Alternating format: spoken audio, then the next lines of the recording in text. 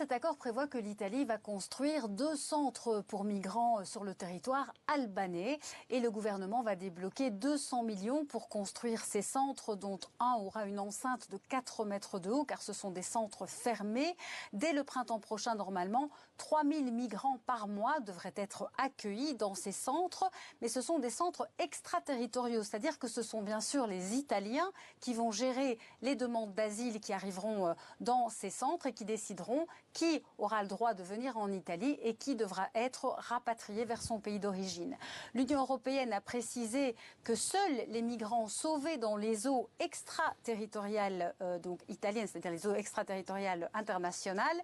pourront être sauvés par des bateaux italiens, c'est-à-dire la capitainerie du port ou la marine italienne. Eux pourront être amenés en Albanie, alors que les migrants qui arriveront sur les côtes comme à Lampedusa ou en Calabre ou sauvés par des ONG, eux devront être transférés vers l'Italie. Alors, c'est clair que le gouvernement de Giorgia Meloni veut envoyer un message aux migrants avec cet accord en disant « ne partez pas car vous risquez d'être délocalisés en Albanie », alors que l'opposition ici en Italie attaque le gouvernement en disant que c'est une politique électorale à quelques mois des élections européennes car ces centres ouvriront au printemps prochain et que 3000 migrants par mois contre 152 000 qui sont arrivés en Italie cette année, eh bien c'est une emplâtre sur une jambe de bois.